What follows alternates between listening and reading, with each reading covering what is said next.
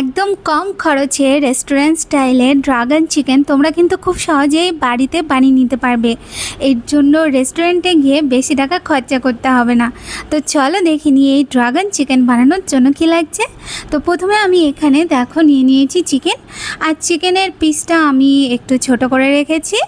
আর এখানে আমি নিয়ে নিয়েছি বোনলেস চিকেন। এরপর চিকেনটাকে ম্যারিনেট করার জন্য 1 চামচের মতন দিয়ে দেবো গোলমরিচের গুঁড়ো, পরিমাণ মতো লবণ, আর ওর মধ্যে আমি দিয়ে দিচ্ছি 1 চামচের মতন আদা কুচি, আর এখানে 1.5 চামচের মতো দিয়ে দিয়েছি রসুন কুচি, আর এখানে দিয়ে দিচ্ছি 1 চামচের মতন আমি ময়দা, আর দিয়ে দিয়েছি 3 চামচের মতন কর্নফ্লোর।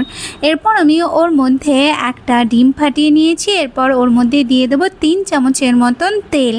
এরপর সব কিছুকে ভালো করে একটু মিশিয়ে নিতে হবে।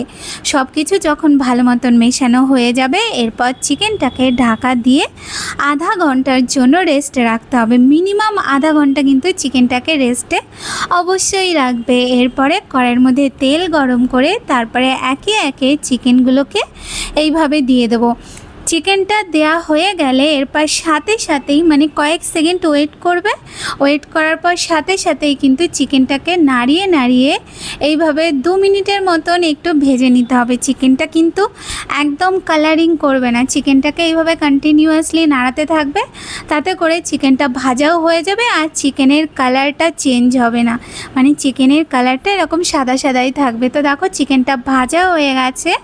এরপর আমি চিকেনটাকে উঠিয়ে নিয়েছি। এরপর সেকেন্ড ধাপের যে চিকেনগুলো সেইগুলোকেও আমি দিয়ে দেবো, দিয়ে তারপরে উল্টে পাল্টে ভালো করে ভাজবো। এগুলো ভাজতে জোর গেলে 1 মিনিট কি ওর থেকেও কম টাইম লাগবে। তো দেখো চিকেনটা ভাজা হয়ে গেছে। চিকেনটা ভাজার সাথে সাথে না চিকেনটা একদম ভালো মতন কিন্তু সেদ্ধ হয়ে যাবে।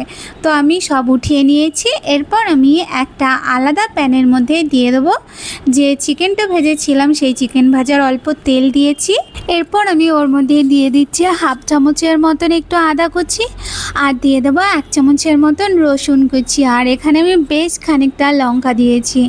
এরপর হালকা হাতে একটুখানি ভেজে নিতে হবে কয়েক সেকেন্ডের জন্য। ভাজা হয়ে গেলে এরপর আমি ওর মধ্যে দিয়ে দেবো ক্যাপসিকাম। যেহেতু এখানে আমার কাছে একটা কালারের ক্যাপসিকাম ছিল, তো সেটাই আমি দিয়ে দিয়েছি। তোমরা চাইলে হলুদ অথবা লাল কালারের ক্যাপসিকামও ওর মধ্যে অ্যাড করে দিতে পারো, তাহলে সেটা দেখতে আরও সুন্দর হবে। এরপর আমি ওর মধ্যে সামান্য একটু লবণ আর 1 চামচের মতন একটু গোলমরিচের গুঁড়ো দিয়ে এটাকে একটুখানি ফ্রাই করে নেব।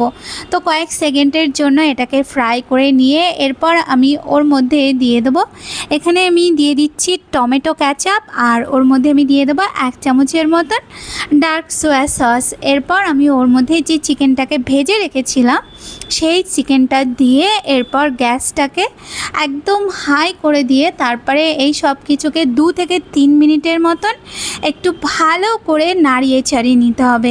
একদম হাই ফ্লেমে 2 থেকে 3 মিনিটের মতন নাড়ানো হয়ে গেলে এরপর আমি ওর মধ্যে দিয়ে দেবো বেশ খানিকটা ধনেপাতা কুচি। ধনেপাতা কুচিটা দিয়ে তারপরে ভালো করে আবার একটু নাড়িয়ে নেব। ভালো করে নাড়িয়ে নিলেই আমাদের ড্রাগন চিকেন কিন্তু একদম রেডি হয়ে যাবে। তো এইভাবে তোমরা একদম খুব সহজেই বাড়িতে ড্রাগন চিকেন বানিয়ে নিতে পারো। আর এটা তোমরা ফ্রাইড রাইস অথবা চাউমিন অথবা এমনি স্টার্টার হিসাবেও কিন্তু এটা সার্ভ করতে পারো। আর এটা দেখতে যতটা সুন্দর হয়েছে খেতেও কিন্তু দুর্দান্ত।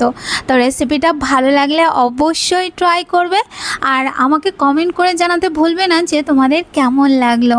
আজ তাহলে এই পর্যন্ত, দেখা হচ্ছে নতুন রেসিপির সাথে। আজকের মতন তাহলে টাটা।